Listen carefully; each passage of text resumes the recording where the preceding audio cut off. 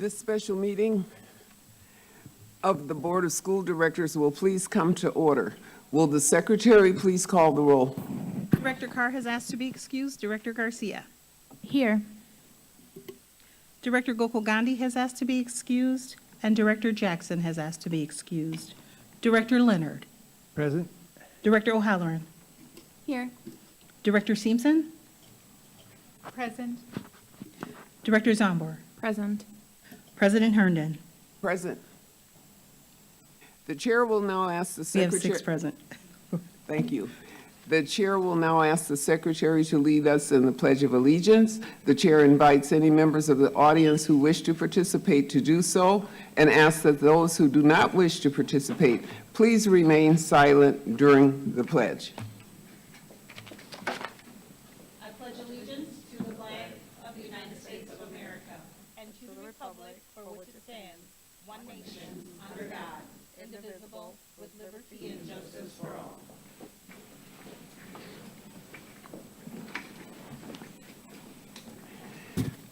Thank you.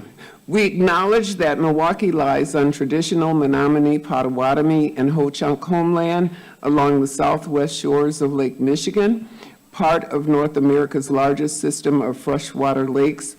On this site, the Milwaukee, Menominee, and Kinnickinnick rivers meet, and the people of Wisconsin's Menominee, Ojibwa, Ho-Chunk, Oneida, and Mohegan sovereign nations remain present to this day. This meeting is being conducted in person from the Central Services Building. In order to allow as much public access and participation as possible, this meeting is also being broadcast via live stream on the MPS website and on the MPS YouTube stream, the links to which may be found on the MPS website on the broadcast page. Before we begin tonight's meeting, we will have a short announcement regarding interpretation services for the Spanish-speaking members of our audience.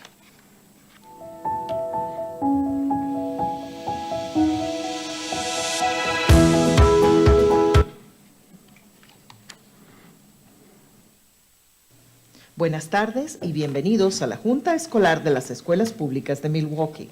Si desea escuchar esta reunión en español, por favor llame al 312-626-6799.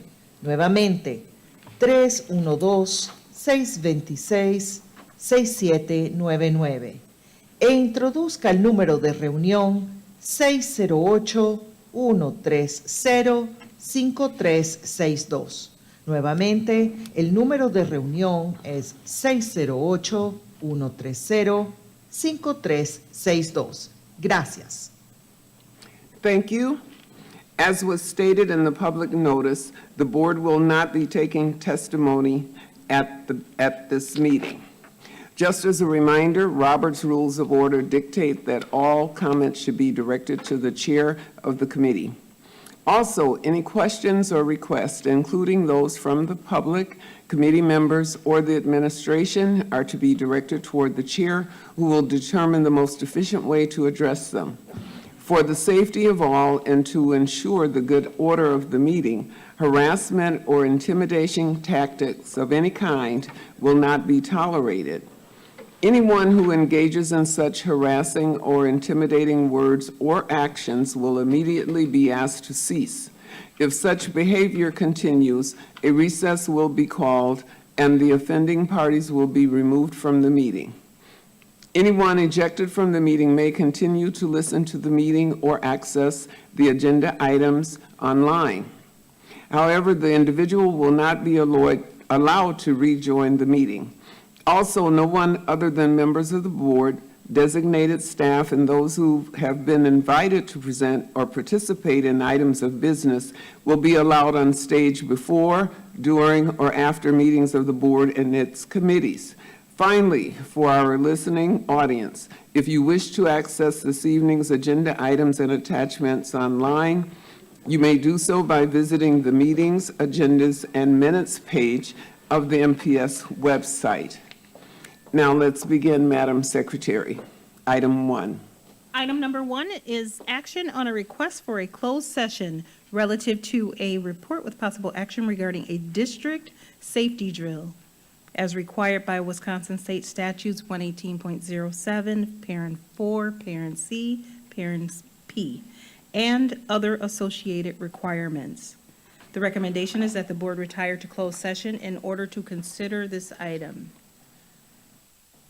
Thank you. I will now accept a motion to retire to closed session pursuant to Wisconsin Statute 19.85 paren 1 paren D for the purpose of considering strategy for crime detection or prevention. May I have a motion, please? Director O'Halloran? I move we go into closed session. Will the secretary please call the roll? Madam Chair, we do need a second. Thank you. I'll second that. Thank you, Director Simpson. Will the secretary please call the roll? On Director O'Halloran's motion to retire to executive session pursuant to Wisconsin statutes 19.85 parent 1 parent D for the purpose of considering strategy for crime detection or prevention, seconded by Director Simpson. On the motion as read, Director Garcia, Aye. Director Leonard, Aye. Director O'Halloran, Aye. Director Simpson, Aye. Director Zomber, Aye. Chair Herndon. Aye. That's 6 ayes, the motion passes. The board will now retire to closed session. The board may return to open session to take action on matters discussed in closed session or to continue with the remainder of our agenda. Madam Secretary, please note the time. So noted.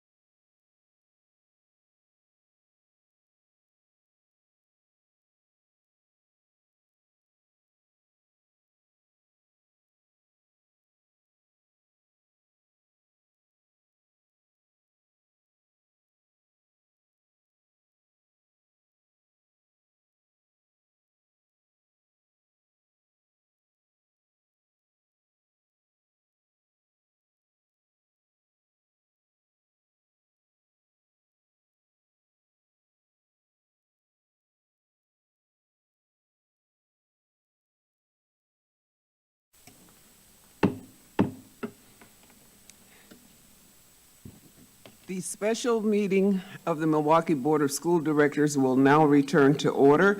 The board has been in a closed session on item 1. Madam Secretary, next item, please. The next item is item number 2, which is an update with possible action on the 2023 through 2028 strategic plan, the quarter 1 review. This is an informational item, and although it has been noticed for possible action, no action is required. Would the administration please present this item?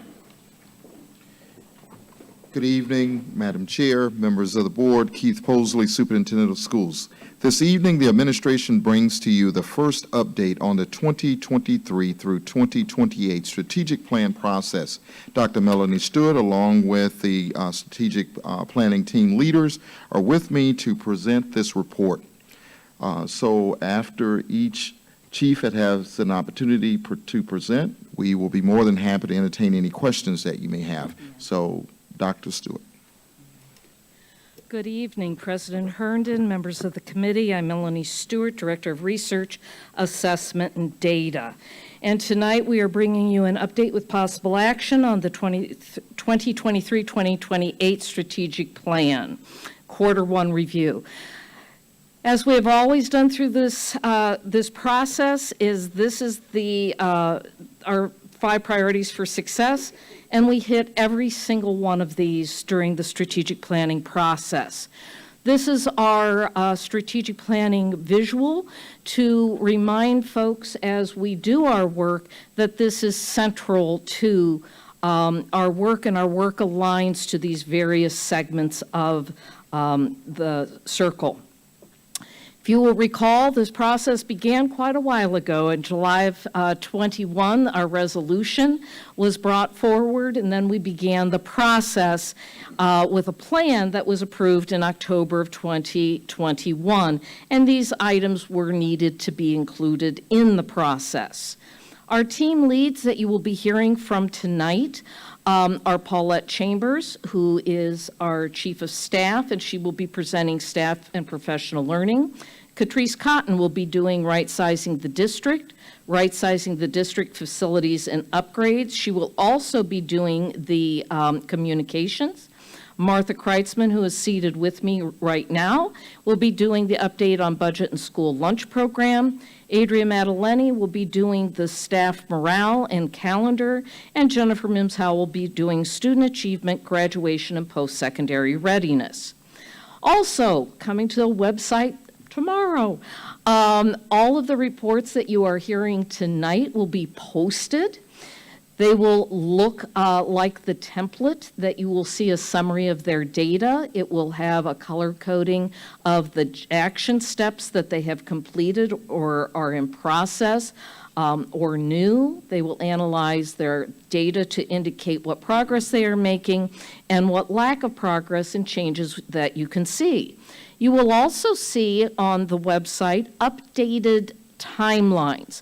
A yellow indicator will mean that that is in progress and not completed.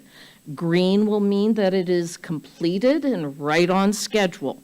Blue means that is something new. You're going to see tonight some action steps have been extended because as work began, we realized that we are going to need more time, or it became more complex than what we anticipated, and we are extending it.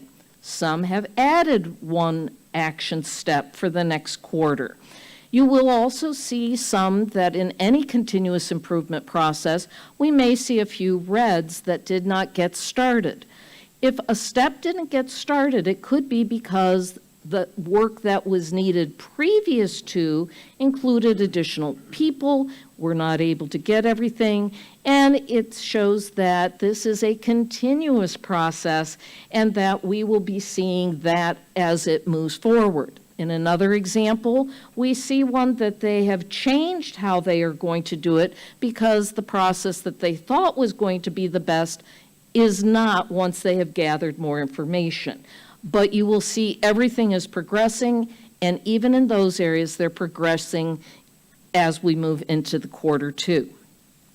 This is what the dashboard's going to look like, and I want to give a shout out to Tim Remshak, who has been very helpful and working with us so that you will see each of the strategic initiatives. You will be able to see just where we are with the number of steps. We will also be able to see the update documents for each of the 10 plans. It will also be viewable on your phone, so you'll be able to see that. And then each quarter, we will continue to add updates, we will add data as necessary, and you will be able to track, and the community will be able to track our progress on all 10 of our plans. So without further ado, we are going to begin our report outs, and we would ask that you hold questions until the end. So if you want to take notes, and our first is a special project, and we are going to have Martha Kreitzman present her update. Thank you, Dr. Stewart. President Herndon, members of the board, Martha Kreitzman, Chief Financial Officer. One of the special projects as part of the strategic plan concerns budget accessibility. By the end of the 27-28 school year, the Office of Finance will increase education and engagement in the budget process at the district and school levels. In order to accomplish this, there are activities and milestones sketched out by months. We are excited to talk about some of the work that has been started for this strategic project.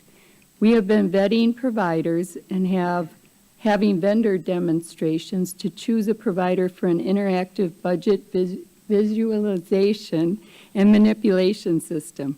We are in the process now of releasing a purchase order which will include consultation help during the first year. But we have a lot to learn, and with a budget the size of MPS, we want to make sure it is a meaningful exercise that gives an opportunity for the community to provide input and for us to be able to analyze and use that feedback to inform the budget. Going forward then, this tool could be a regular part of the budget process and may have other practical applications when gaining community input. Another part of the plan is to engage with students during the budget process. Working with the College and Career Readiness Department, the plan is to create an alternative internship experience for students to problem solve how we can enhance budget communication and outreach. Students will have the opportunity to solve real business problems with the help of professionals in their classroom. In helping the district address the need to enhance budget communication and outreach, students will have opportunities to practice problem solving, applying creative thinking, working together in teams, and practice communication skills. The students will create a report of their recommendations. While there is more to do, the team is very excited about the work and providing better communication through the budget process. Another special project of the strategic plan is school lunch. School meals became a challenge during the pandemic with vacancies, supply chain issues, and serving meals in general. This caused us to go to a pre-packed model of food delivery. While the model could work very well if we had standard practice across varying schools, it was very difficult to accomplish that. As staffing has increased, the nutrition team has been able to move schools back to production kitchens from only 21 a couple years ago to 35 currently. The plan is to add 5 more during this year. Since standard practice is an issue, there was additional training provided during the back-to-school time for staff. In addition, supervisors conduct site visits to ensure the learning is being implemented. We have been working in partnership with the Food Justice Task Force that provides feedback that is needed to improve. This work has shown positive results. Menus were recreated for the current school year, providing more options for students, including a warm vegetarian option daily. The menus are being created with input from students who taste test new recipes. 2 new items are incorporated into the October menu. Equipment needs have been assessed by a kitchen consultant, An RFP is being finalized to purchase the equipment in Phase 1 as part of the plan.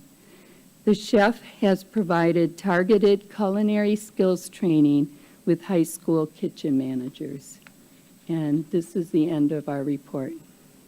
Thank you, Martha. Again, President Herndon, President Herndon, members of the committee, Melanie Stewart, Director of Research Assessment and Data, and at this time I would like to welcome Jennifer Mims Howell to join me, and she will be first reporting out on our strategic initiative on student achievement. Thank you, Dr. Stewart. Good evening, President Herndon and members of the committee.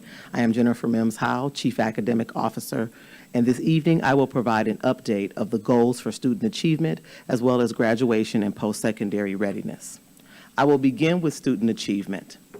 In order for all students to meet the proficiency or higher by 2028, this year we are focusing on inclusive classrooms where students feel safe and rigorous coursework is being completed. In Q1, the foundation was set for student achievement. By providing training opportunities to adult learners, we learned that if they had choice with district selection, they could also be successful. Content area trainings by grade band as well as tiered interventions trainings were offered, and this was to increase the capacity of our staff, making sure that everyone was offering a standardized implementation. Through our meetings, we analyzed and discussed how we were going to measure our progress. Evidence is being collected. We developed learning for staff that had clear expectations and applications. We provided professional trainings, including Tier 1 and Tier 2 interventions. We conducted several professional development learning sessions for staff that had clear implementation on the standard operating procedure, as well as checks for understanding.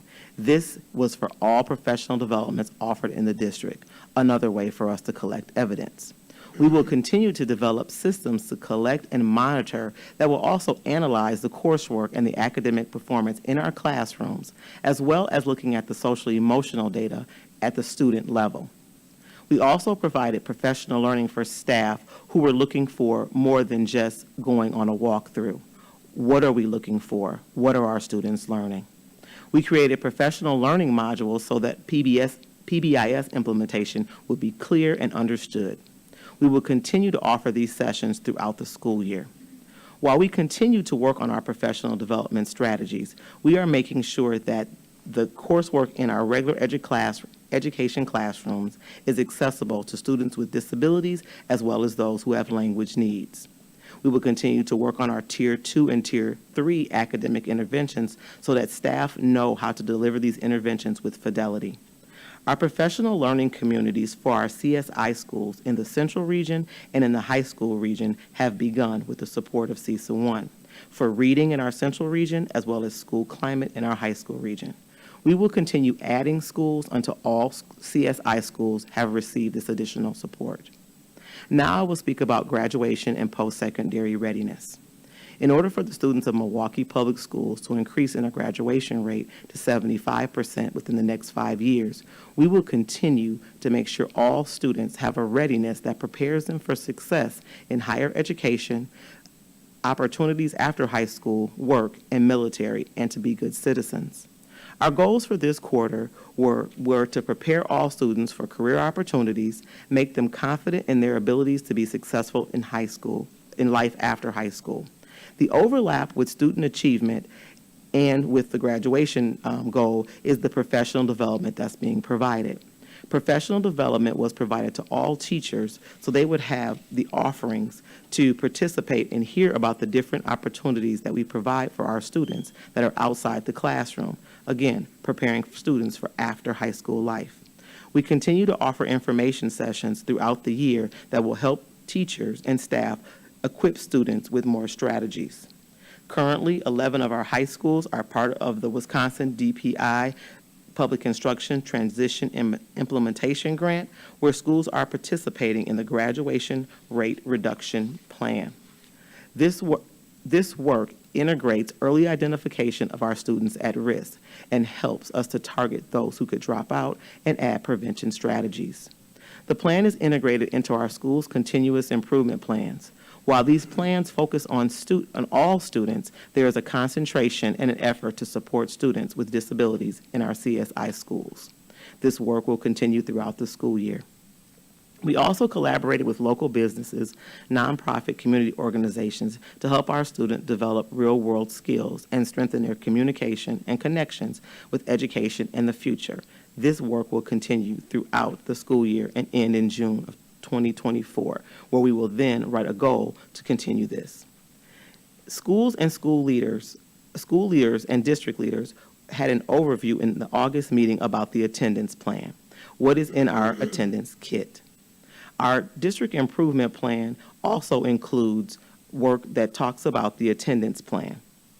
The preliminary data shows that we are doing well. It is having an impact on attendance. A year ago at this time, our attendance was 85.7%, and now it is 87.2%. We will continue training our school social workers on the attendance kit. This training will happen in November with makeup and support sessions throughout June. The action plans teams for both the Student Achievement Plan as well as the Post-Secondary Readiness Plan will increase in frequency. We will continue meeting as well as integrating new staff members as more ideas come up. We are here for the students. Thank you. Thank you, Jennifer. Now coming to the table to join me is Dr. Catrice Cotton. Dr. Cotton will be presenting information on right-sizing the district, the facilities and upgrades, as well as the communications plan. Catrice. Thank you, Dr. Stewart. President Herndon, members of the board, Catrice Cotton, Chief School Administration Officer. I am pleased to share the progress made with the Strategic Plan Initiative Right-Sizing the District. In the area of facility upgrades, a cross-departmental district committee for review of the long-range facility master plan objectives and focus has been created. The committee is made up of 10 members with representation from ASC, MTEA, and the Facilities and Maintenance Services team. The space utilization study tool has been completed. The tool easily provides information on facility usage, size, quantitative information such as the number of parking spaces, age of the building, enrollment, etc. Next steps includes a rollout plan for staff accessibility to the tool and a presentation to the board of directors. One area that will require additional discussion and planning is the feasibility of centralizing the budget for educational maintenance. Some discussion related to educational maintenance and how school budget funds for building maintenance have occurred, but additional meetings with key staff are needed. This action step needs to be extended to the month of February of '24. The human resources component of right-sizing the district will continue to offer CSI incentives and other bonus programs to assist in the retention and recruitment of talent to our district. Data is in the process of being collected and reviewed to determine the impact of these offerings. Human Resources has engaged in numerous external recruitment events and have seen an increase in attendance at and participation in the on-site recruitment events. A survey has been implemented by HR that is sent to all new hires on the 14th, the 30th, and 60th day that provides inquiry about the climate and culture of their new assignment. Data from this survey will be shared with school leaders. Human Resources and the regional superintendents will support schools that are struggling. One area that will require further planning is reviewing and providing online course options for classified staff. This action step was slated for completion in July of 2023. An extension request has been submitted by the team in order to include representation from all departments to ensure the professional development needs for classified staff are met. One of the strategic plan initiatives includes information in the area of communications. The Department of Communication and Marketing is on track with its website and branding projects. Plans to perform communication audits are in progress, but are currently behind schedule due to competing projects in the office. Discussions have begun regarding building teams to create an audit for external and internal communications. A new template has been created for school websites. A live version of the updated website can be viewed by logging into Hopkins Lloyd Community Schools website. The district brand guidelines document has been created and are in the final stages of review and approval. Surveys and focus groups have been conducted and completed for a new version of the district's website. Up next is the various departments to review their area to ensure public-facing information, links, documents, etc. are current and up to date. Thank you, Dr. Cotton. Director Herndon, members of the committee, again, Melanie Stewart, Director of Research Assessment and Data. And at this time, Adria Maddaleni is going to be joining me at the table, and she will be discussing the staff morale and the calendar project.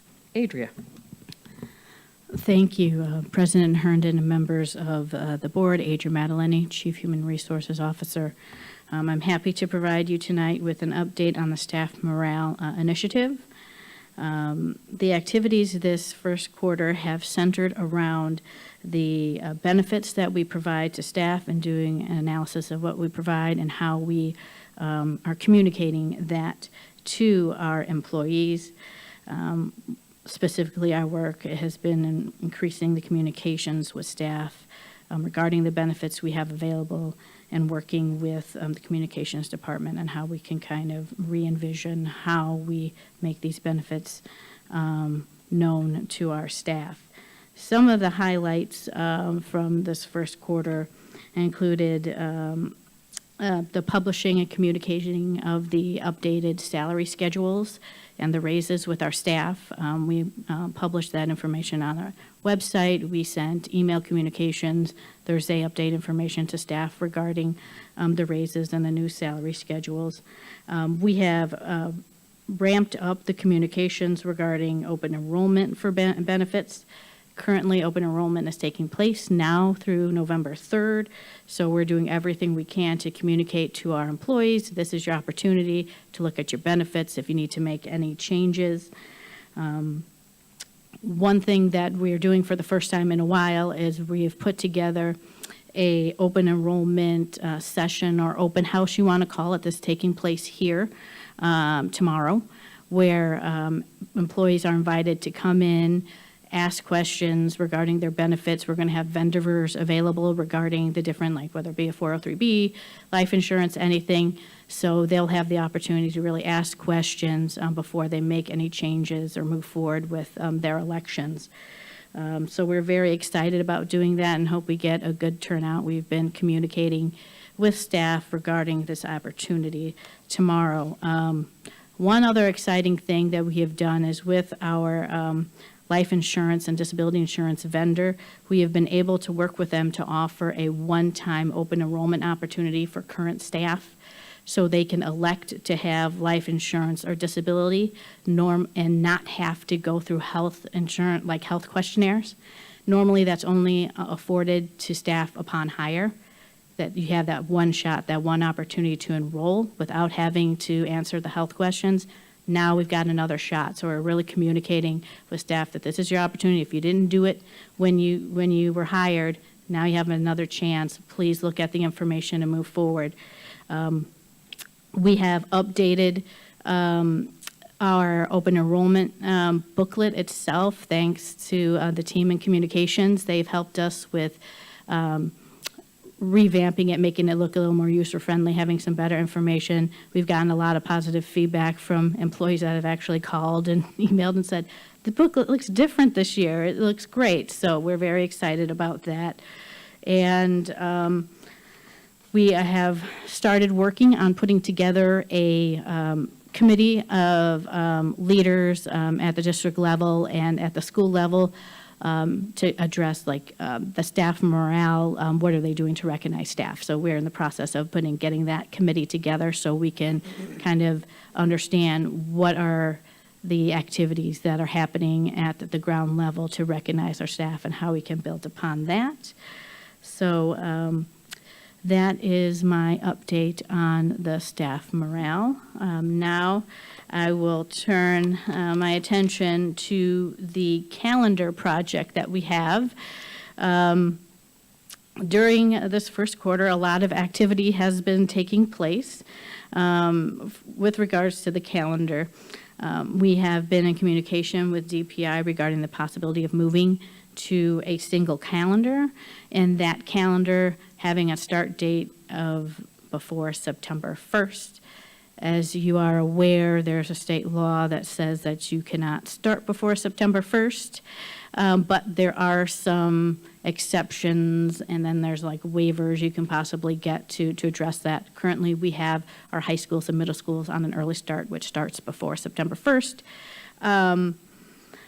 So the communications with DPI have not, they did not provide the clarity that we were hoping for, but we are committed to surveying the staff, getting in students, families, and the community to get their feedback on a one calendar option, while the a firm answer one way or another was not necessarily provided.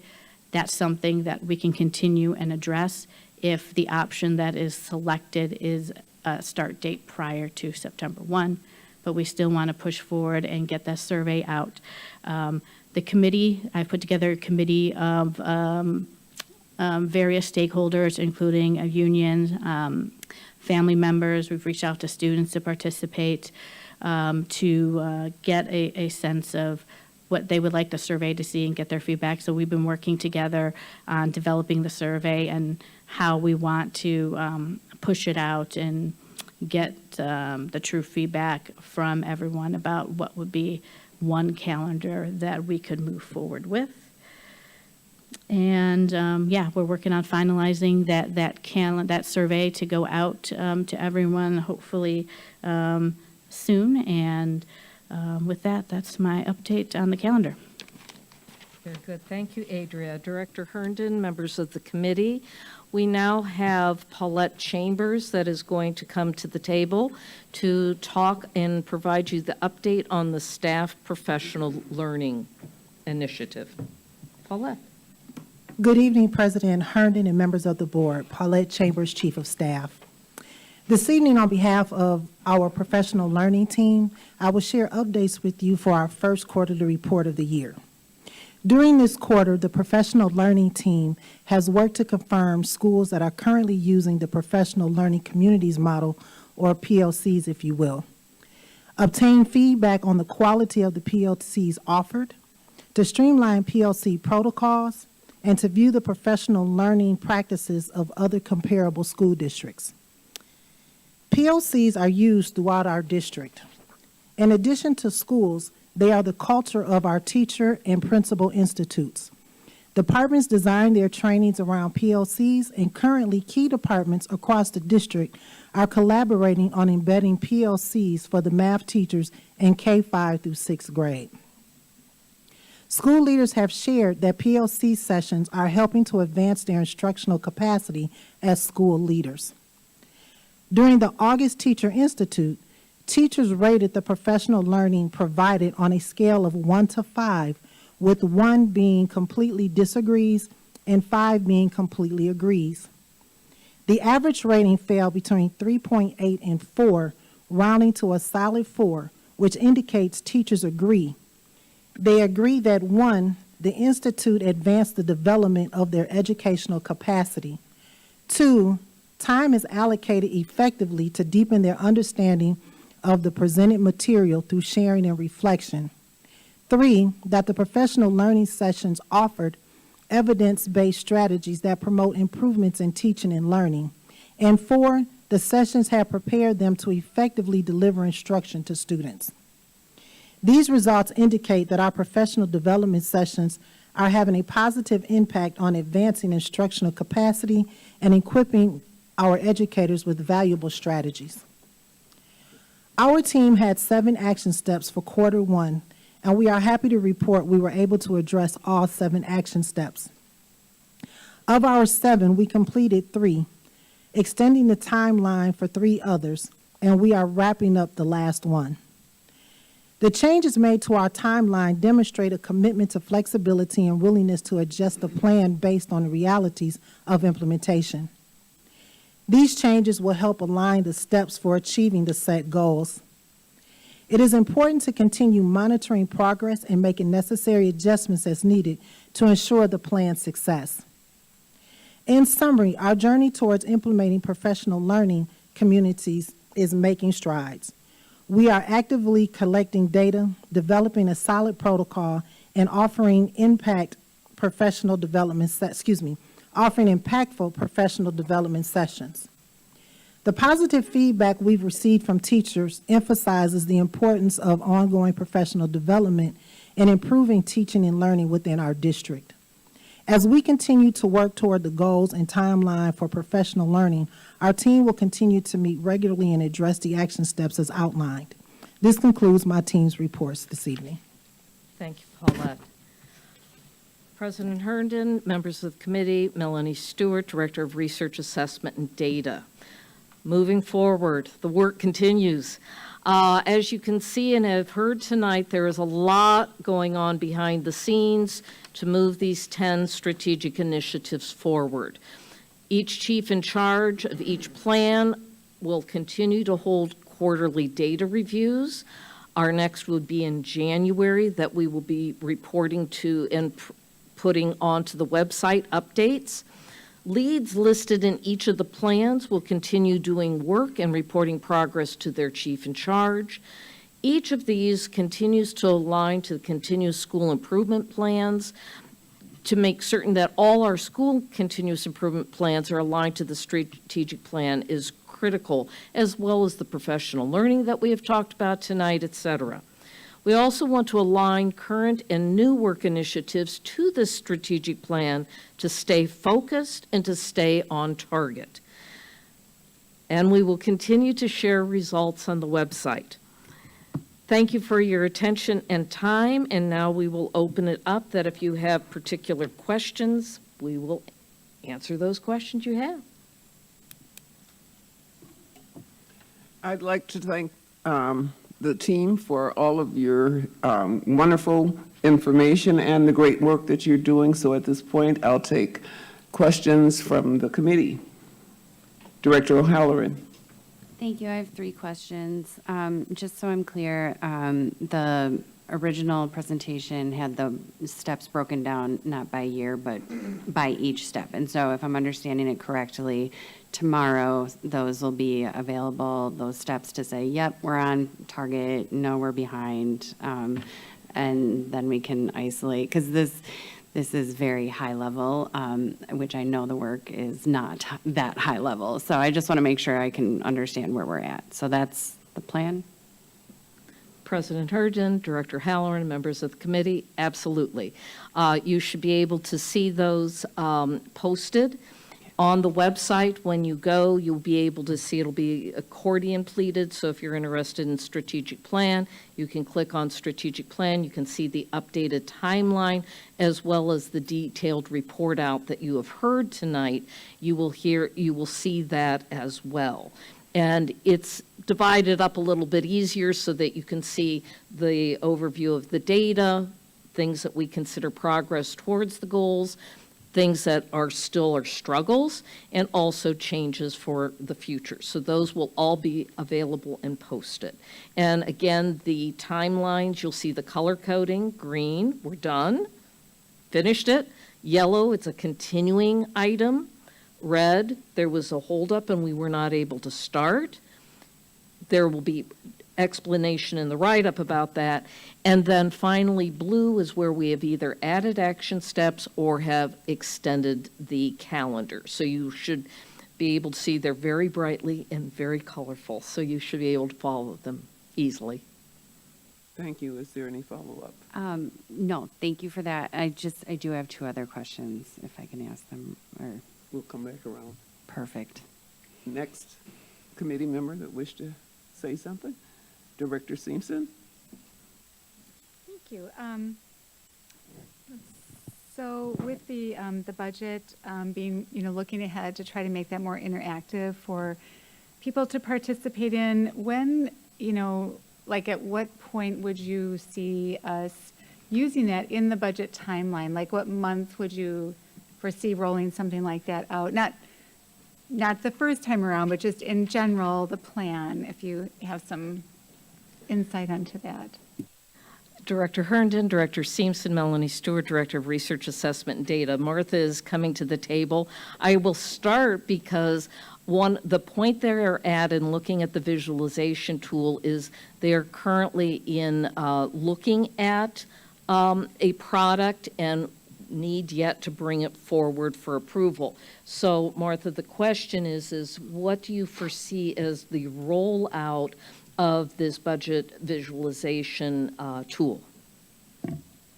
President Herndon, Director Seamson, members of the board, Martha Kreitzman, Chief Financial Officer. We have been discussing that because we're afraid to overpromise and underdeliver. Because of our budget being so big, we may have to think about what exactly do we want community to help us prioritize, and that will take a little bit. And probably discussions with many people.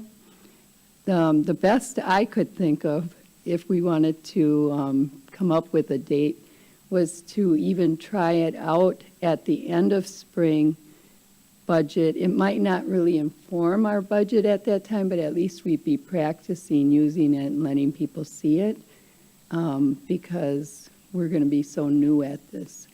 I'm concerned to roll it out in the fall budget because there's not as much changes then, so I'd rather do it for a spring budget.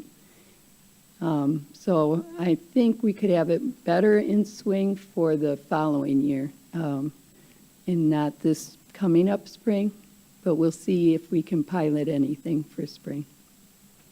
Thank you. Is there follow-up?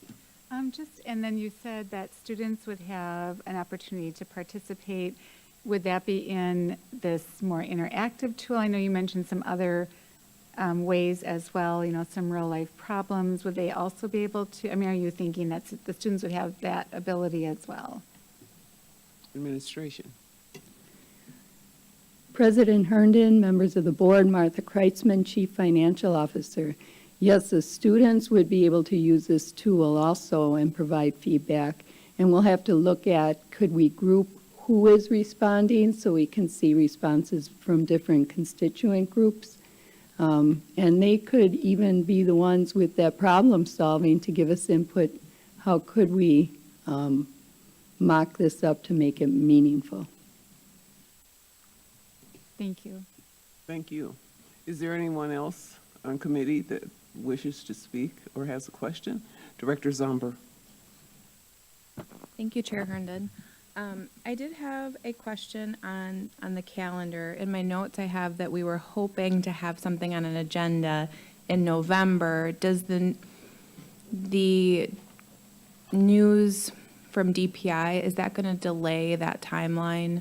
Or do we think we're still going to be able to move that forward in November? I know that changing the calendar is difficult I think a lot of our families are going to welcome it if we can do that, but people also need time to plan. Administration.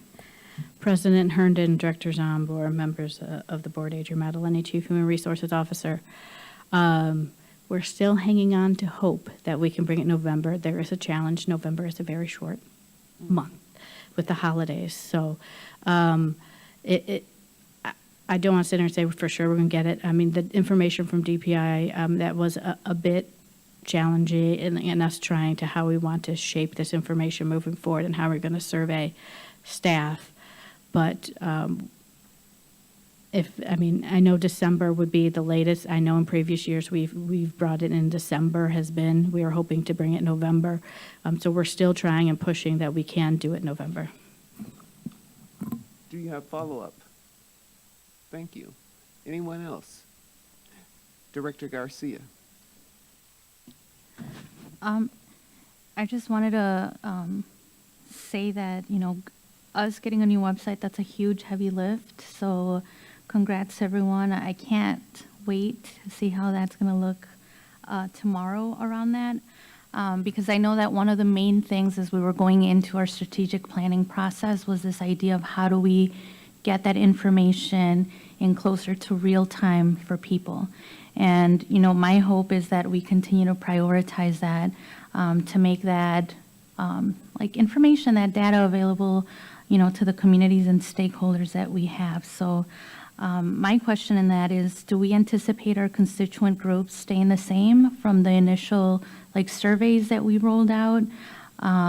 Has there been any changes? Like, what's that looking like? President Herndon, Director Garcia, members of the committee. Because our surveys were open to anyone, that's very difficult to control. We're hoping that people stay engaged. We're hoping that people have seen that we have heard, we have listened, we have reported out, we have been very transparent in what we have put on the website. I am hoping that we will continue to have and work towards those large numbers of participation. I'm certain topics, calendar for one, will probably bring a high interest. So again, we will do a lot of the same things. Matter of fact, we were meeting today about surveys and strategizing for the data to be collected in spring to make certain that we are capitalizing on other things that occur in the spring, like the essential survey for climate and culture is to be able to combine things so we don't have multiple surveys, et cetera. So again, the efforts will be to make certain that we are public, that we provide time, that we provide a lot of communication and publicity to continue to get that input. Perfect. And then just a quick follow-up. With all of that information, can you just verify, like accessibility, will that be available also in multiple languages for folks, or are we starting off with English and then slowly building that up? Director Herndon, Director Garcia, members of the committee, every survey that goes out from the district is in multiple languages. So we have 7 to 8. There are a few that are hard to get into our online survey information, but for all of the surveys, we are providing them in multiple languages. Predominantly, the responses we get back are in English, followed by Spanish. Then we've had some that have come back in Arabic.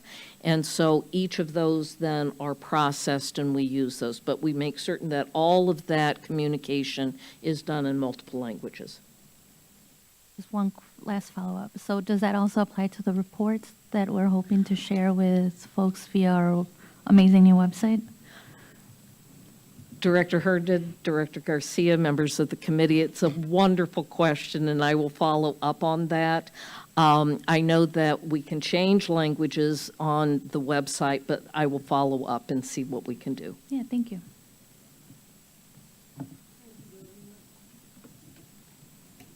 Thank you. Not seeing any other hands up. Director O'Halloran. Thank you. My next question, Dr. Cotton had said that regarding the right sizing, that a presentation would come back to the board for the facilities, the long-term facilities planning. Do you have an estimated month when that report would be coming back to the board? President Herndon, Director O'Halloran, members of the committee, yes, we just need to get that set up and scheduled. So with the communications department, I apologize, with the facilities and maintenance group, that study, we've seen it as the superintendent and the committee and the regional superintendent, so we'll just have to schedule that. We can do that for next month. We can do that. Okay. Thank you very much. Any follow-up? Not regarding that, but I do have one more question. If I'm Go ahead, allowed. please. Thank you. For the calendar survey, this doesn't necessarily relate to the survey, I guess, but would somebody be able to provide to me an actual breakdown of the number of hours that are required for the HL versus the SL for the IB testing? Because I know that was a consideration, and to the best of my, I just don't know what the actual breakdown is, and as a parent, if nothing else. I should probably know that now that I have an IB student. But I would like that information to come back to me prior to whatever survey presentation that I have to vote on. Thank you. Administration. President Herndon, Director O'Halloran will get that information for you. Thank you so much. I have a question regarding the student achievement. And one of the things that was stated was that you would be monitoring the grade level. In other words, the expectation was that students would be exactly on grade level at the end of the year.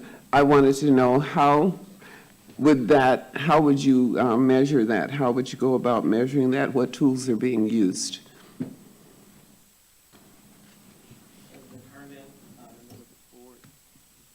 President Herndon, members of the board, Jennifer Mims Howell, Chief Academic Officer.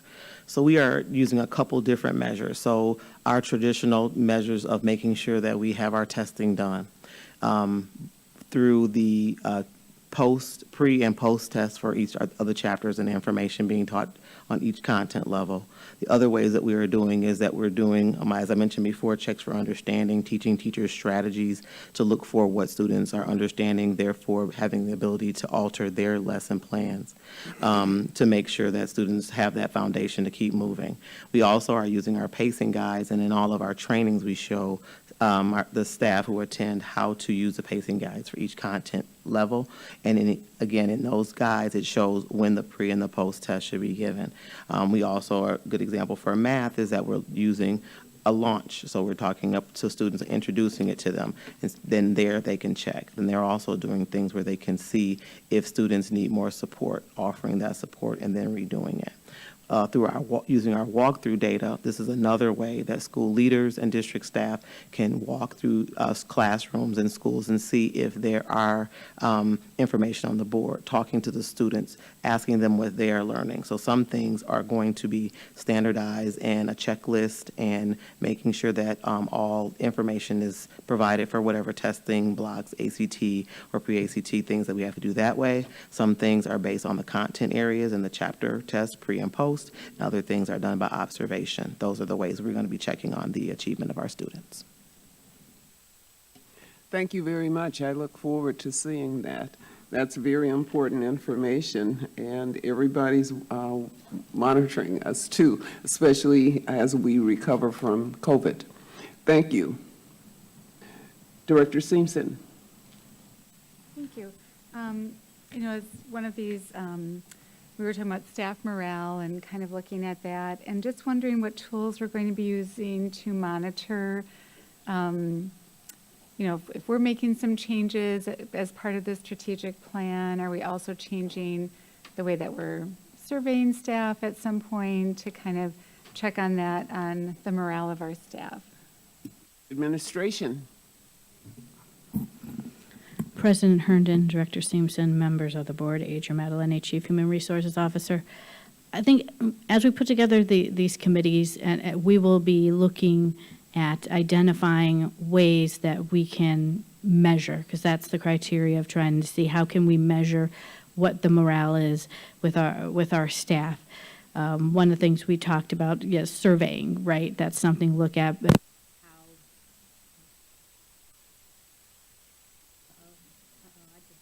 Sorry, okay. Sorry, okay. I won't touch. I was saying, Adria, stop talking.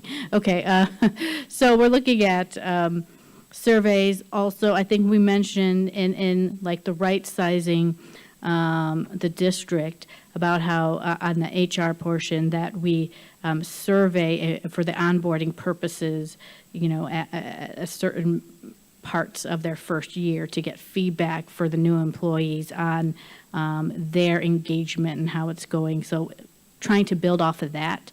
Again, we don't want to reinvent the wheel. If we have developed this survey to address the onboarding and to communicate with new hires, how can we expand that for other employees, and looking at stay surveys or interviews, things of that sort that we could get some more feedback at a critical mass level about how we are doing as we move along. But long and short of it, we're going to hone in on that as the committee work goes and we get to other parts of and other quarters of this project. Thank you very much. Are there any more questions? Again, thanks for the wonderful presentations. I'm sure you'll be hearing from all of us for the next several months for sure. Thank you. Madam Secretary, next item, please. The next item is item number 3, which is a report with possible action on the district's elementary and secondary school emergency relief fund. This is an informational item, and although it has been noticed for possible action, no action is required.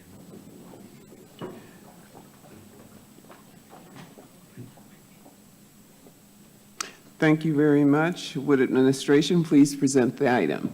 Good evening, President Herndon and members of the board. This evening, we bring to you an update on our ESSER evaluation plan. To report out on this item, I have Shelley Perkins, Director of State and Federal Programs. Following this report, we'll be more than happy to answer any questions that you may have in regards to this item. Shelley? President Herndon, members of the board, my name is Shelley Perkins, Director of State and Federal Programs. We are excited to have the opportunity to provide you with updates on our activities related to ESSER 2 and ESSER 3.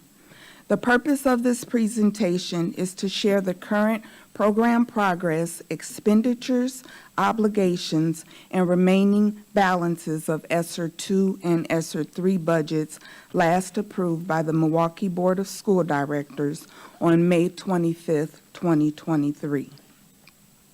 The Fall 2023 budget revision detail reflects actual expenditures and obligations from grant inception through June 30, 2023. As we look at our 5 priorities of success, ESSER is a critical component across all 5 areas. Tonight's presentation, along with stakeholder engagement, is aligned to the strategic plan as we are working on fiscal responsibility and transparency as we provide an overview of the spending as of June 30th, 2023, as well as ESSER highlights. This chart shows the Fall 2023 ESSER 2 budget summary. As a reminder, just under $225 million were allocated to Milwaukee Public Schools under ESSER 2. Nearly $222 million, 99% of the award, was expended or obligated as of June 30th, 2023. And the committee report further details accomplishments related to the obligation. As of today, 100% has been expended or obligated.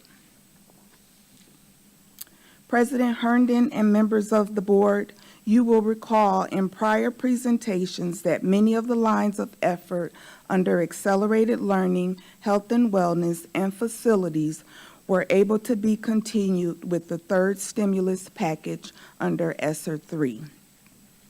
As a reminder, 2 additional priority areas, technology and extracurricular engagement, were added when developing the ESSER 3 plan. Nearly $425 million of ESSER 3 was expended or obligated as of June 30th. Under the American Rescue Plan Act, districts must reserve 20% of their ESSER 3 award to mitigate learning loss. Lines where a portion of the budget is dedicated to mitigating learning loss efforts is dedicated by the gold highlighted numbers. I will now turn it over to Dr. Hill and Dr. Sappho so that they can share ESSER highlights related to the accelerated learning priority.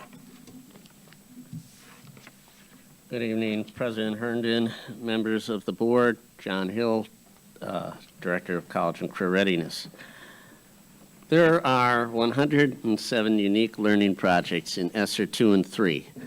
The many accomplishments of the different projects are all listed on pages 4 through 12 in the fall 2023 ESSER 2 and 3 Proposed Budget Revision Detailed Book. We would like to highlight just a few of the direct impacts made on students, staff, and schools that were achieved with the additional funding through ESSER on the slides before you. The U.S.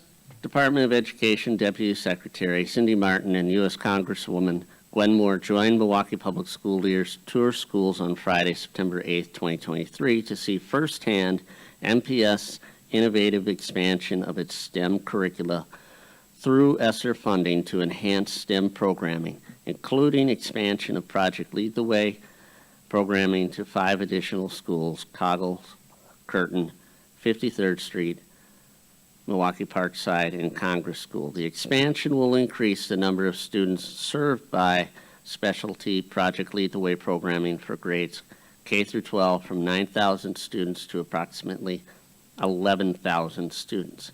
Multiple schools have or will see STEM lab upgrades and additions.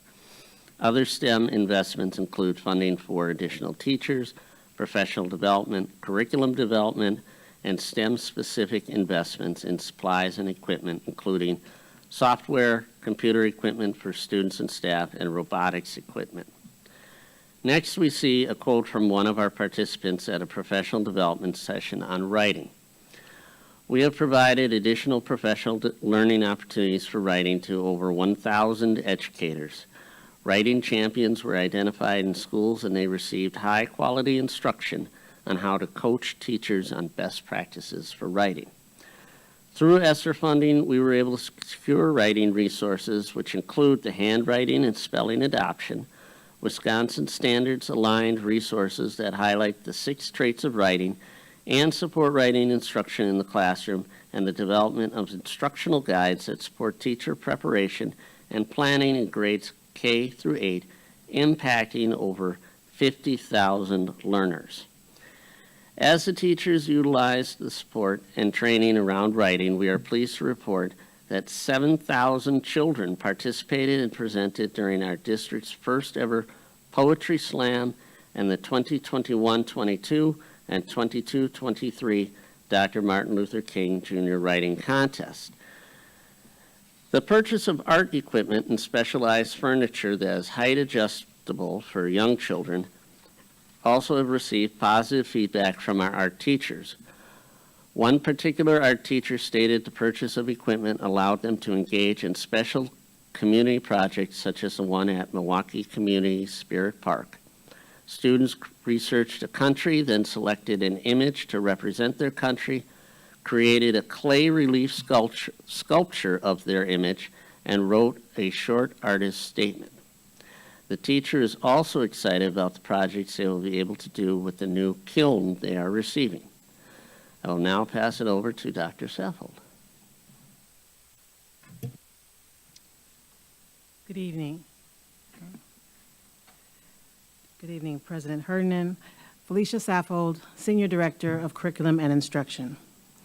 Milwaukee Public Schools partnered this past June with the University of Wisconsin-Whitewater to pilot a 3-day, 2-night transition camp for rising juniors and seniors with disabilities. Students learned about self-advocacy, diversity and inclusion, assistive technology, and more.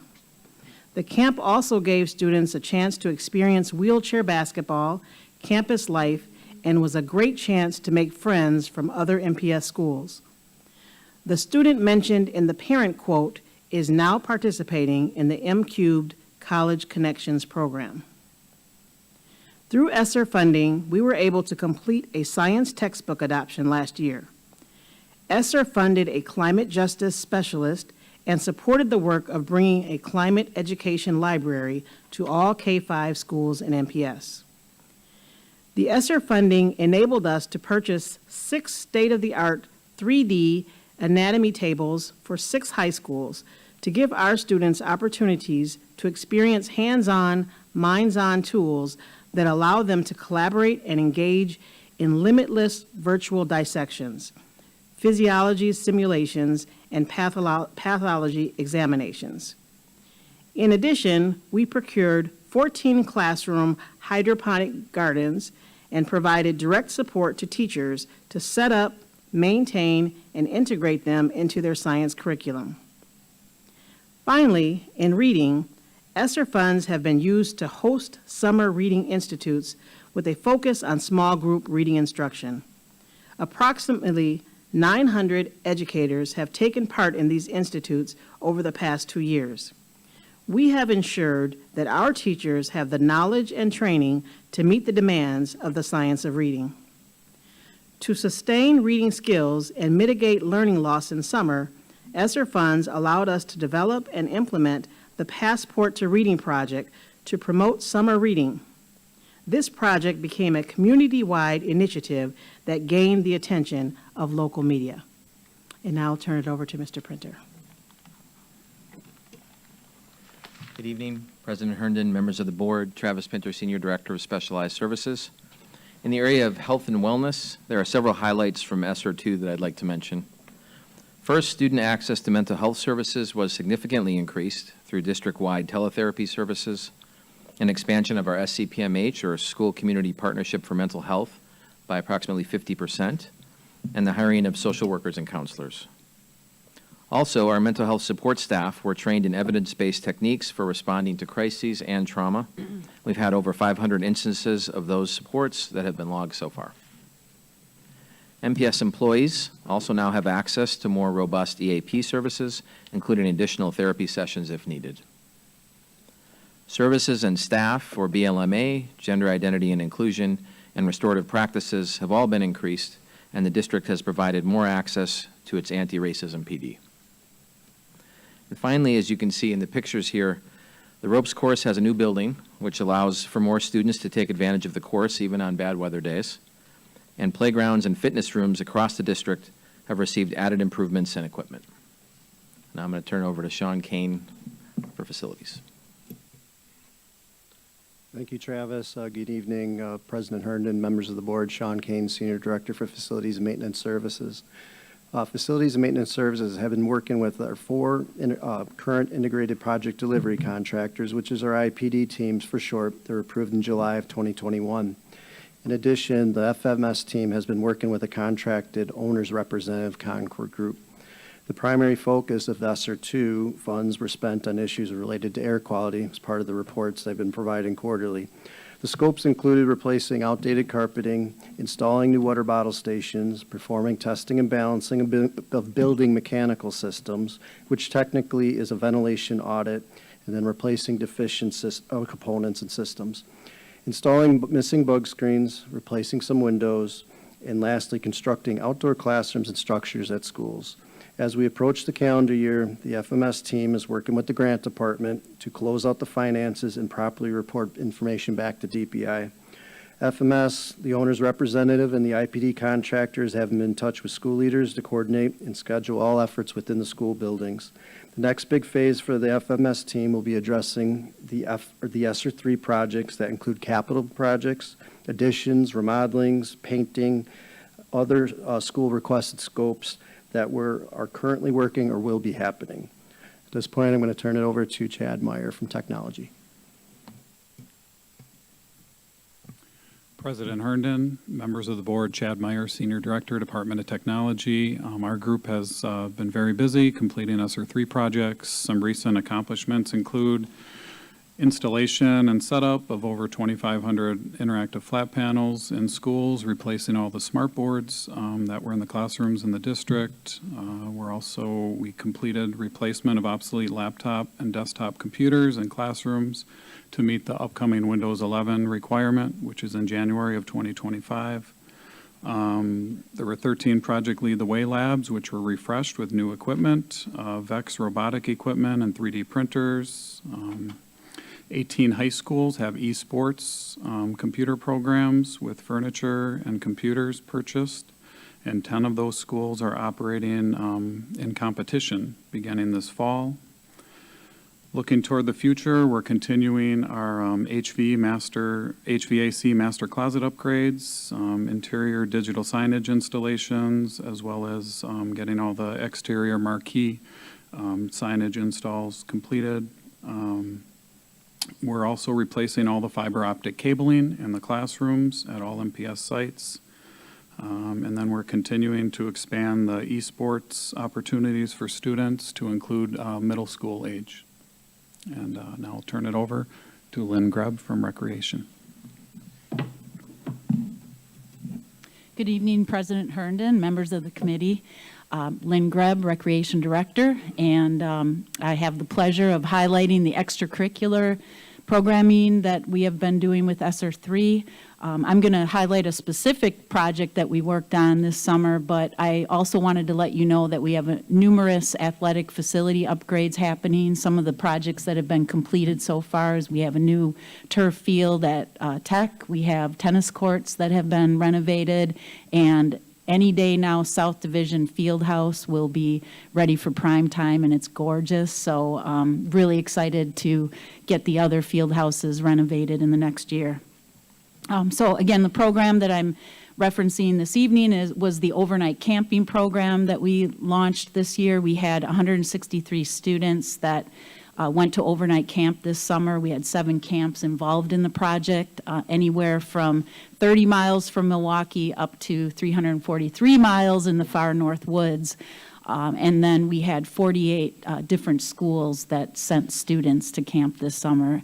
I think pictures speak volumes, so we have a short video to share that really gives you an insight into what our students were exposed to this summer. So I will cue that up and then we'll wrap up.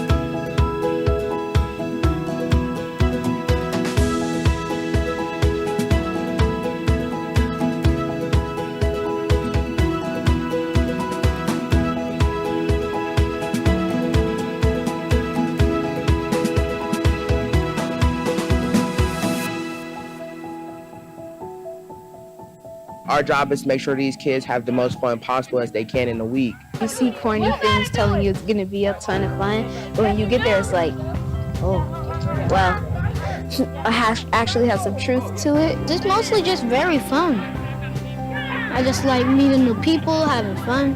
If I can do it like for the rest of my life, I will. Because it's an experience that for summer is incredible. It's a great way to make friends. I had a friend that was supposed to come, but he couldn't, and I've made a lot of new friends. The counselors, they keep a good eye on you. They're very kind and nice. This kid, first day, his mom dropped him off. He's crying in the cabin. He's a little homesick already on the first day. 2 hours later, this man was having fun playing dodgeball, swimming in the pool, you know. After having been away for 4 weeks and having to clean up his own cabin and take care of things himself, that he came home with a little bit of that sense of responsibility from camp. Some of these young people have never been to camp before, let alone away from home without their families. And I think that is a huge growth opportunity for young people. So they're meeting new people, they're learning to socialize differently, especially after the pandemic. During the pandemic, you could only really talk through Meets, Zooms, whatever, or your phone. But here you have to actually talk.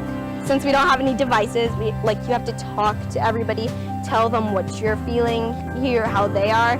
You just have people around you that love you and care about you and lift you up with positivity. So that's what really, really made me come back, because I thought that I could just do that for the kids. Agradecerles como padres el darles la oportunidad a mis hijos que vivieran tan hermosas e inolvidables experiencias como las que ellos hoy en día todavía las están disfrutando. Que el primer campamento que experimentas, estás nervioso como padre por no saber a qué lugar van, qué personas los van a cuidar, quiénes los van a atender, pero que se animen, que van a ver los cambios en sus hijos, que van a pasar un verano espectacular, que ellos nunca van a olvidar esas experiencias. I'm going to tell my friends that I got to do a lot of fun things, and I'm going to try to encourage my friends to go to the camp as well. I feel like camp is a completely different experience from like being at home or going to school. So it's like, it's just an experience I feel like everyone should try. I love camp. I met a lot of new people, great opportunities, had a lot of fun, and the beds are kind of comfy. It brings out the best and brings out things you didn't know that was inside of you. That's what I have done for me, and I'm 100% sure it would do that for future campers and parents. I like to just explore and explore nature mostly.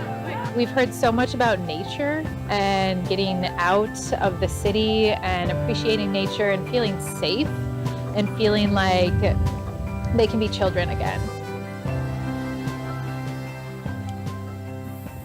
President Herndon, members of the board, thanks to the ESSER dollars, we were able to do a number of amazing things for children in this community, as far as our schools and the upkeep of our schools, and also the academic piece of our students. So we are excited, and we stand ready for any questions that you may have in regards to this item. Thank you. Are there committee members with questions or remarks? Director Leonard. One remark is on the camping. Most definitely, I did it for years. It's life changing. There's a benefit to it that I think some people that have never done it or don't understand it. I wish we could do it for all of our students. I really do. It has such a powerful effect. The only question I do have is, maybe I missed it. I heard that with the ESSER 2 funding, we were at 100%, either encumbered or whatnot.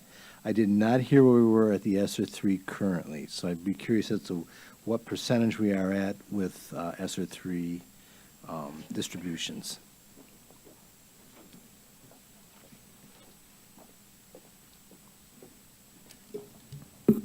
President Herndon, members of the board, Shelley Perkins is prepared to give us that information.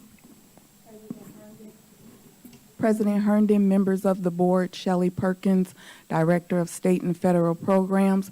For ESSER 3, we are nearly at $425 million expended or obligated at this time. Please remember with ESSER 3, that goes till September 30th, 2024. Thank you. Thank you. Are there any more questions? Director O'Halloran. Thank you. I just had a question regarding slide number 8, the teletherapy available to all students. At some point, could I get a report on actual utilization and, obviously not what they're talking about, not content of calls, but just are students actually using it? And if so, I don't know if there's any qualitative, measure at the end of the conversation regarding, did this make you feel supported or did you find benefit from it? Not something I would need right now, but just at some point, it would be interesting to see if this is something we should continue and make budget for after ESSER dollars run out. Go ahead, please. Director Halloran, President Herndon, members of the board, Travis Pinter, Senior Director of Specialized Services. You'll be pleased to know we are collecting a lot of data on that. It's part of our partnership with AIR that is doing some of our work with ESSER, and that one of the things that we're going to help us analyze was student response to our mental health initiative. So for teletherapy in particular, that we do, we've come up with a pre and post measure that we do before and after the 8 sessions, and it has to do with reduction in sort of trauma symptoms and those types of things. So we're so far just eyeing it up. It's looking really good, but we'll have much more robust data, I think, whenever we report out on that when that's complete.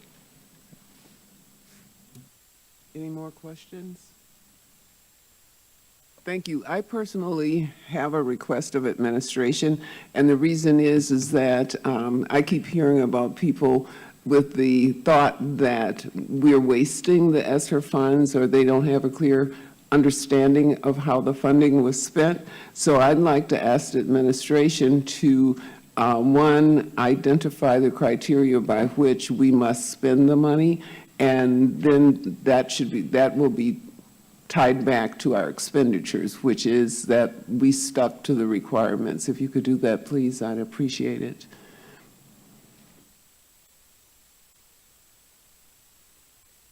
President Herndon, members of the board, Shelley Perkins, Director of State and Federal Programs. When we received this funding, purpose of this funding was to respond to COVID. And so we followed the criteria related to spending this funding, and also when we got feedback from all of our stakeholders. Correct, but in addition to that, there were limitations on to how it could be spent. In other words, it had to be for learning facilities, those types of things. That's kind of what I'm after, a little more detail there. One of the things too, President Herndon, members of the board, Shelley Perkins, Director of State and Federal Programs, there was also a requirement with ESSER 3 that 20% of it go towards learning loss and mitigating learning loss. And so a lot of the activities that we're doing is related to our evidence-based instructional strategies. A lot of it too did relate to improving air quality, which went towards preventing COVID.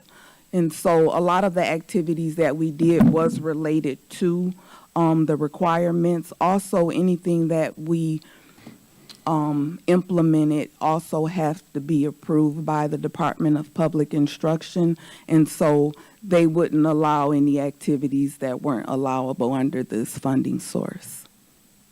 Thank you. Thank you so much. President Herndon, members of the board, also we have to keep in mind that this was a community piece. The administration can't just drive and say exactly what we're going to do. They have to work together with the community. We went out to the community to ask questions in various areas. The areas that was responded to tonight is those champions that's working in those particular areas that were identified. So the learning loss piece, the technology piece, all of those areas are the areas that we are looking at with health and wellness. So those are the areas that we have identified, and those dollars are spent with our plan. Our plan have to be approved by the Department of Public Instruction and once we get an approved plan, we have to follow that. And this is the example of what is happening. And the leads are making sure that happen on a daily and a weekly basis, meeting and coming together around that to make sure that we're spending dollars the way they were awarded for us to spend. Thank you. In addition to that, I would ask that you expand on, from the very beginning with ESSER 1, the expenditures that were used for Chromebooks. And I'm only asking for these things to be explained because I continue to run into people in the community who aren't following our meetings, or maybe they don't read the newspaper or whatever, and they don't understand the huge expense that was put out early on and repeated for Chromebooks and hotspots, if you will. President Herndon, members of the board, Martha Kreitzman, Chief Financial Officer. For ESSER 1, which was the CARES Act, that was in the initial stages of the pandemic. Mm-hmm. So we were really responding to the initial having masks, being separated from others, and we put up plexiglass guards, and we also were in virtual learning mode, so we used the funding, much of the funding, to buy Chromebooks and hotspots so students could learn from home and not have their learning interrupted during that time. We also did a lot of duplicating because we delivered handouts so that students could do learning at home, packets of materials, and we provided stop, grab and go meals, and at those sites they were also pickup sites for additional either equipment or books and other things that would enhance their learning. Then in ESSER, what I also wanted to say about all three ESSERs is the plans that we do for DPI are like line by line, very detailed, And we do not get this funding to MPS. We spend the money and then we're reimbursed, and we're only reimbursed when we spend appropriately. Thank you so much. Hopefully that helps our community understand better how this works. It's not cash cow that came to us in which we were allowed to spend it as we wish. We had to meet those guidelines, and I want to make sure there was clarification on that so that people understand that as they question, where did all that money go? Thank you. Madam Secretary, next item, please. The next item is item number 4, which is a work session to consider and act on amendments to the preliminary adopted FY24 budget. The recommendation is that the board determine how it wishes to proceed with this item, with each amendment. Madam Secretary, what is the amendment before us? The first amendment is amendment number 6 by Directors Herndon and Zombor on the creation of an agricultural farm assistant 2 position related to Vincent High School of Agricultural Sciences educational programming. Thank you. Director Zombor, would you like to speak upon this? Thank you. So I want to start off by thanking President Herndon for co-sponsoring this amendment for an agriculture farm assistant 2. The intent of this amendment is to create a position that would assist with the animal and outdoor study areas that are unique to the programming at Vincent High School of Agricultural Sciences. It would assist with needs related to livestock management and other outdoor study areas that may include pastures, orchard, urban forest, barns, fencing, landscape, equipment, plantings, greenhouse, and much more. I think when many of us visit Vincent, I think we already assume a position like this exists because we take for granted the incredible amount of work that goes into the agriculture programming there, especially for the animal science programs. It gives students that really unique opportunity to work with livestock, sheep, chickens, cows, horse, goats. The needs of farm animals don't stop at the end of the school day, on snow days, or during holidays, and this position will help ensure that the agricultural programming has long-term sustainability to provide opportunities to generations of MPS students to come. I know it would mean a lot to the program to have your support for this position, and I want to thank my colleagues for your consideration. Thank you very much. I think Director Zombor shared it pretty well. Everybody know how important Vincent is to our school district. And so to save time, I will save my words for later.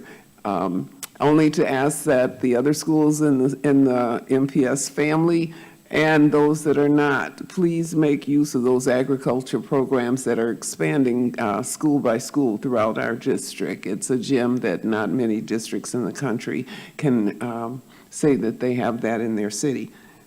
So with that, would the administration please make comments? Good evening, President Herndon and members of the board. Amendment 06 is in regards of creating an agricultural farm assistant position number 2 to assist with year-round farm operations related to Vincent High School of Agricultural Sciences educational programming. The administration recommend putting forward towards this project, so we support this. And at this time, I will turn it over to Nick Simron, Director of Budget Services, to make further comments. Nick. Good evening, President Herndon, directors. Nick Sinram, Director of Financial Planning and Budget Services. Just for your information, the position's cost for benefits and salary is approximately $97,000. The sponsors introduced a balanced amendment, and the administration is excited about the opportunity for our students. So, thank you. Thank you very much. Do board members wish to make comments or ask questions? Director Garcia. Yeah, my question is more for context. So can folks that are putting this forth just expand a little bit more on how this request was brought to the table? Just simply because of, the way that budgeting happens with schools. What is the difference it being needed now versus thinking about how we can operationalize this, within like the budgeting process that schools have to undergo. Director Zumber? Chair Herndon, so, I mean, I think it's been a need for a really long time, and I think it's something that, to be totally candid and honest, as a freshman board member, that first budget cycle is a little bit intimidating, and so it might have taken me a little bit to. I apologize for not bringing it forward sooner. That's honestly the only reason it hasn't been brought forward sooner. And I'd like to add, the fact is that the staff at the school is terribly overworked in that program, and they needed somebody to help lift the load off them a little bit that would take some fixed responsibilities as related to the agriculture program, the barn, the animals specifically, because during the summers in the past, they've had to kind of shut the program down over the summer because they didn't have the assistance they needed from the students and that type of thing. Thank you. Okay, would administration like to make any additional statements? If not, we'll keep rolling with, what is the pleasure of the board with respect to this item? Director O'Halloran. I would be happy to make a motion for approval of this amendment, and I do have one question before I do, though. We had a lot of testimony come forward regarding a separate position, and I was wondering if discussion would have to take place during this item, if it were an amendment, if a board member here were interested in putting forward an amendment, or if that would wait until item number 5. Madam Secretary.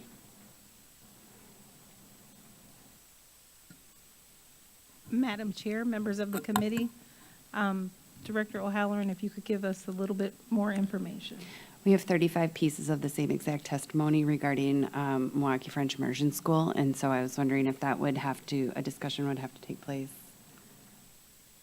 It's already, okay, sorry, I just received the testimony today, so my apologies. There's a little confusion here. It's my estimation that we should complete this item and then go to the next one, if it's a part of the next one. Madam Chair, members of the committee, yes, you do have an amendment before you that you need to dispense with before addressing any other board business at this point. Thank you very much. Again, what is the pleasure of the board with respect to this item? I move approval of the item. I just wanted to make sure that if we had to consider something else, if it would have to be under number 4 before we consider this, approve it, and then just automatically jump to number 5. My apologies. So I move approval of this amendment. Madam Chair, Yes. members of the committee, I understand now what Director O'Halloran was illustrating, and each amendment would be brought separate. So this is very specific for this school, so it would be addressed in item number 4, but not this amendment. So each amendment would be considered separately. Okay.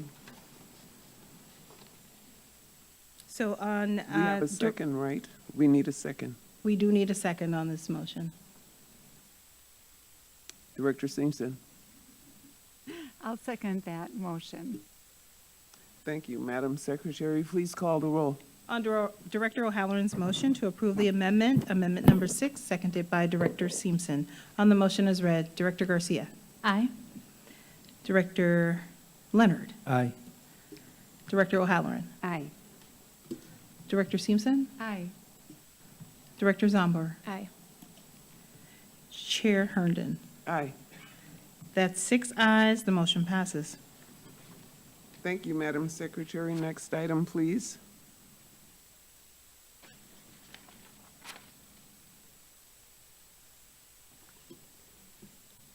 It is my understanding that we have no need for this discussion in the future, though, if there is 35 pieces of the same exact testimony and action something has been resolved. That would be good to know before the meeting. Administration. President Herndon and members of the committee, that information was old information from September that has been worked out ever since September. So I don't know.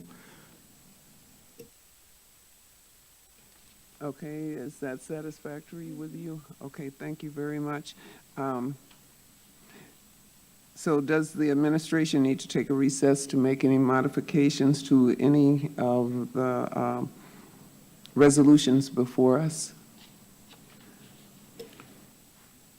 President Herndon and members of the board, no. Okay.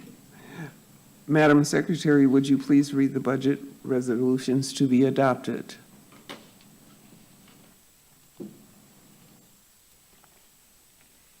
Yes.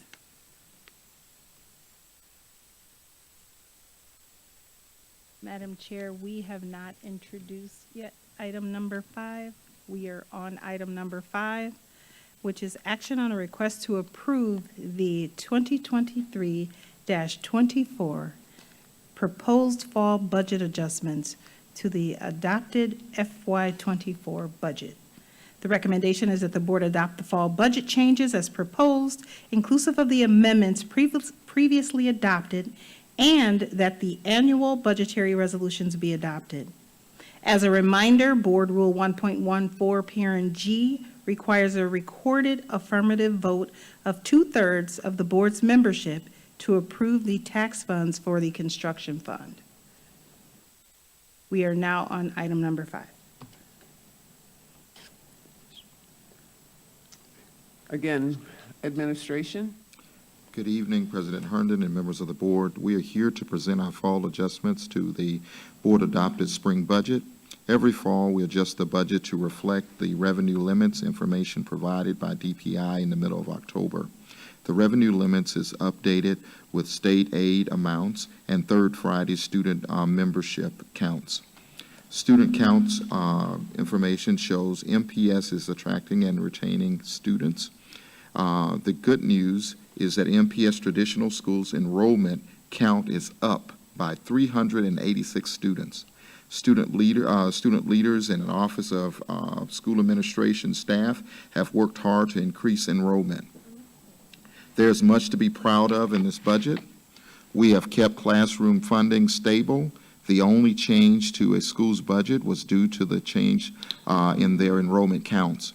To address equity in the budget, we added $1 million in supplemental support for schools in need of bringing the total support to $6.3 million. About 94% of the budget is used to directly support schools.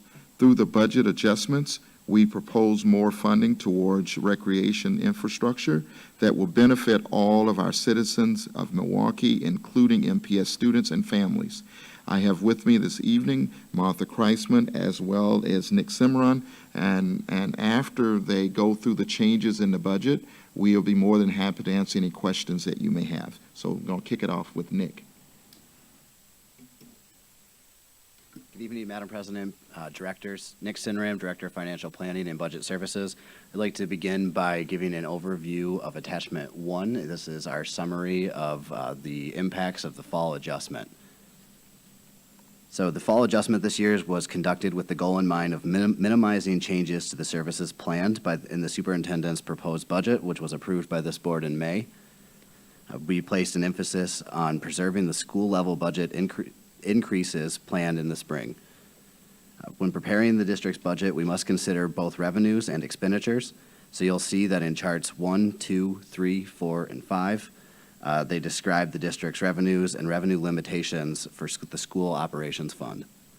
So first of all, in chart 1, I would like to draw your attention to chart 1. As you know, enrollment drives how the state allocates funding to Wisconsin school districts, including the Milwaukee Public School District. MPS's enrollment proved stable this year compared to last year, changing by only 0.08%. In Chart 2, you'll see that there are various revenues being displayed that support the district's school operations fund. The revenues are approximately $1.03 billion. Anticipated revenues have increased by just over $11 million, or approximately 1% since spring. The largest increase were in state special education aids and library aids. Next, I would like to draw your attention to Chart 6. Chart 6 provides details about changes to the school operations fund budget. The most significant change is to the amount of funding that the district passes on to our contracted schools. Chart 7 and 8 show that there have been no changes to the funds budgeted by this board for the construction fund and the nutrition fund. Next, charts 9 and 10 detail the activities of the extension fund. These are the charts that I am most excited to present to you. As a part of the budget adjustment proposed is the construction of a community recreational wellness center that will benefit all residents of the city of Milwaukee, including our students and families. Next, I would like to highlight charts 13, 14, and 15. Charts 13, 14, and 15 display the position changes contemplated in this budget adjustment. Some changes were driven by enrollment changes at specific schools, while others are in response to operational needs. Finally, the last two tables, charts 16 and 17, zoom back out to a higher level overview of budget changes. Chart 16 shows changes since the fall adjustment, and Chart 17 shows budget changes since last year. Both charts show an increase in statutory funding as a result of increased state aid and the extension fund. It is important to note that MPS's share of the property tax levy will not increase. In sum, the budget process focused on preserving school-level services and attempts to minimize changes to the budget approved by this board in spring. Thank you. President Herndon, members of the board, Martha Kreitzman, Chief Financial Officer. The revenue limit increased by $550,000 compared to the spring estimate. However, just to remind you, the revenue limit in spring was estimated to be lower than the prior year by $28.4 million. Even with a state biennial budget increase of $325 per pupil revenue limit, the effect for Milwaukee Public Schools is a decrease. The increase lowered a hold harmless provision instead of increasing funding for our schools. There are many other school districts in Wisconsin that encountered the same effect. One could wonder why an amount was chosen that wouldn't drive up revenue for many school districts. State aid to high poverty districts was taken away from the state budget. This funding could not be used for the school district. We had to use this aid to offset the cost of the Milwaukee Parental Choice Program voucher schools. This decreased that cost to the taxpayers. This year, that funding was taken away, driving up the school operations tax levy by $4 million. While we have to levy for that, it does not benefit MPS. The levy for the Milwaukee Parental Choice Program is $9.4 million. This should be the last year to levy for the Milwaukee Parental Choice Program. The state budget provided provisions that help the taxpayers, not school districts. In it, the state budget increased the school levy tax credit by over 23%. This is funding that does not come to MPS, even though it has the word school in the name, and is used to determine the state's share of support for schools. It offsets property taxes from the amount of school taxes paid. Another way the state budget helped taxpayers is through increasing the general aid. The revenue limit is made up of state aid and property tax levy. Since there is a cap on the revenue generated when state aid goes up, property taxes go down. Between general aid and school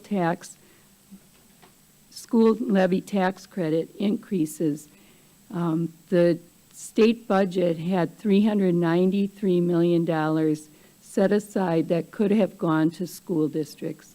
Meanwhile, MPS facilities need upgrades. We visit other school districts and see their beautiful buildings while while our buildings are more than 80 years old. In fact, a few of our swimming pools have been determined not to be upgradable.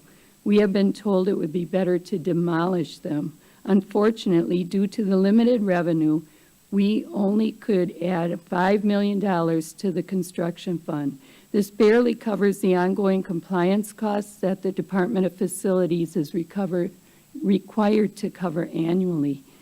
With our buildings aging with an average age of 80 years or more, that is unsustainable.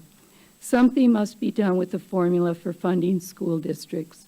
While the tax levy for the school operations and construction fund has decreased compared to last year by $77.7 million, and the revenue limit will not allow us to increase it, the administration is proposing increasing the extension fund levy by that amount, bringing the total extension fund levy to $112.4 million. The extension fund is used to provide recreation and community services to the citizens of Milwaukee. Providing $77.7 million extra to the extension fund will allow us to develop a North Side Community Center, upgrade facilities, and provide other recreational amenities for everyone in Milwaukee to take part in, including MPS students and families. Chris Thiel is here to provide more background. Thank you. President Herndon, members of the board, Chris Thiel, Office of Governmental Relations. Just echoing some of the statements made by Ms. Kreitzman. In this scenario, and as she pointed out, we have an increase in the school levy tax credit overall in the state. So even with level funding, the tax levy, we anticipate that we will see an actual property tax reduction with that tax credit in the neighborhood of $10 to $12 million. That funding becomes available and evident to us at the end of November. Right now, that school levy tax credit is around $50 million for MPS, and overall that funding is going up by 27%. So that's why I'm saying between 10 and 12 million is an estimate if we apply 27% directly to us. Doesn't quite work that way. We're not going to know until the end of November. But with that tax credit changing, the actual, with the level, the year-to-year levy staying level, and with that school levy tax credit coming in, at the end of the day, it'll probably be in the neighborhood of a $10 to $12 million property tax reduction. And again, to Director Kreitzman's point, I think we know for a fact that we are celebrating a century of the age of the pools down at Bayview High School. I don't think we've built pools in this district since the 1970s. And I bring that up in part because our community has been asking for community improvements. I know the board has received calls. We've seen editorials in the newspapers, and you can just drive north on I-43 past Nicolay as one example of improvements happening in neighboring districts. So this is something that is happening throughout the region and in I think, a fiscally responsible way where you have the opportunity to direct fund as opposed to borrow might be another opportunity that's available here. Happy to answer questions if you have them.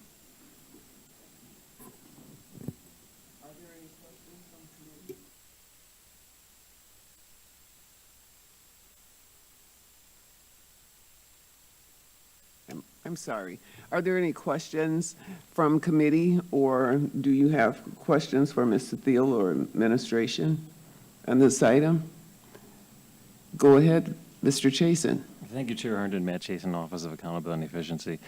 Given the significant lift that we are seeing with the Extension Fund, there are two other agencies that have recreational offerings surrounding us, that being the city and the county. And my sense is that the recreation area does engage in proactive coordination and collaboration with those agencies to ensure that the offerings we have in the same space are complementary rather than competitive or redundant. I'm wondering if the administration could speak to some of that as we consider this lift. Thank you. Administration. Good evening, Chair Herndon and members of the committee. Lynn Greb, Director of Recreation. The question is very timely. As a matter of fact, this Thursday we have one of our quarterly meetings with the city and the county parks in regards to the projects that each of us are working on. We've been doing this for many years now. We meet 4 times a year to talk about our current projects, our upcoming projects, so we know what each entity has on the horizon.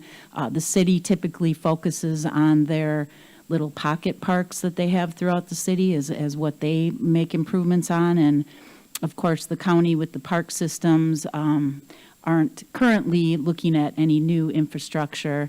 But we continue to talk about that, and also wanted, it's something that we regularly talk about and is definitely on our radar.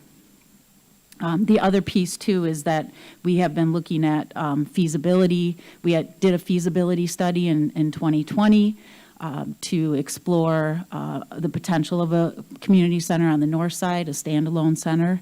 So that's driven the work. Part of that involved looking at all the facilities that are currently available on the market. And then finally, we do have a staff member has been going out, meeting with community groups, talking about especially this community center project and what that might involve in terms of competition with other similar projects. And at this time, there hasn't been anything similar identified on the horizon. So, thank you. Thank you. Anyone else? Director O'Halloran. Thank you for that clarification about redundancy, potential redundancies.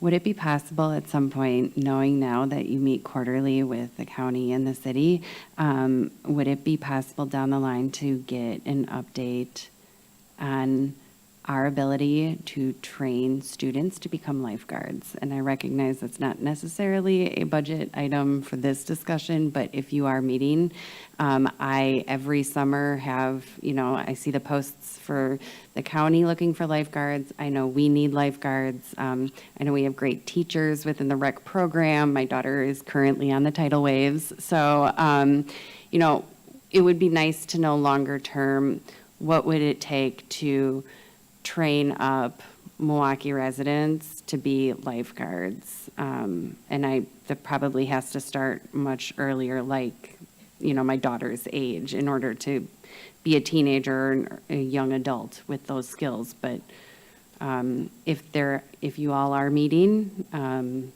can we hear more as decision makers on how we can support that and fill that gap? Administration. Chair Herndon and Director O'Halloran and members of the committee, absolutely, obviously, everybody knows the struggle that all communities are having with recruiting lifeguards. We as a department do offer lifeguard training at various times throughout the year, so that's one way that we bring in new guards. I believe the county does the same, and they too are regularly talking about their challenges. As you know, some of their facilities haven't been able to open due to staffing shortages. So we will definitely bring that up again as your interest in how we can leverage some of those efforts and bring more people into the regime of lifeguarding. Okay. Are there any more questions or comments by the committee? Seeing none, I will now accept a motion to adopt the fall budget changes as proposed, inclusive of the amendments previously adopted, and adopt the annual budgetary resolutions as read by our board clerk. May I have a motion, please? Madam Chair, Yes. as pursuant to district practice, I will now read the resolutions into the record prior Okay. to the board taking action. Okay. Okay. Go ahead, please. Okay, so the administration is recommending the following resolutions for adoption by the Milwaukee Board of School Directors. The School Operations Fund.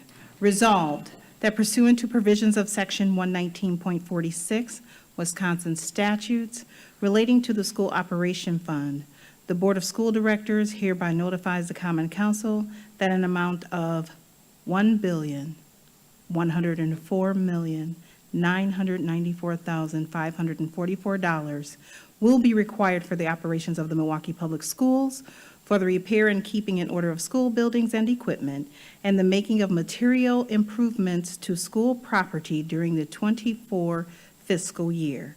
In addition, pursuant to action taken by the Board of Directors at its regular meeting on September 22nd, 2011, the Board of School Directors is required to advise the Common Council that $9,434,000 will be required for the operations of the Milwaukee Parental Choice Program, and that $193,278,904 will be required for the operations of the Milwaukee Public Schools, and that a total of $202,712,904 therefore is to be raised by a tax levy on all real and personal property in the city of Milwaukee, subject to taxation for Milwaukee Public Schools purposes in 2024, and pursuant to the provisions of Section 65.07, Parent 1, Parent E, Wisconsin statutes, said amount to be raised by tax levy being in addition of the money to be received from state aid,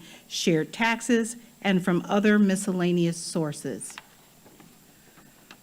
Relative to the Extension Fund, resolved that pursuant to the provisions of Section 119.47 Wisconsin statutes relating to the Extension Fund, the Board of School Directors hereby advises the Common Council that an amount of $114,443,075 will be required for the maintenance of playgrounds, recreation centers, and similar activities during the '24 fiscal year, and that $112,443,075 thereof is to be raised by a tax levy on all real and personal property in the city of Milwaukee, subject to taxation for Milwaukee Public School purposes in 2024.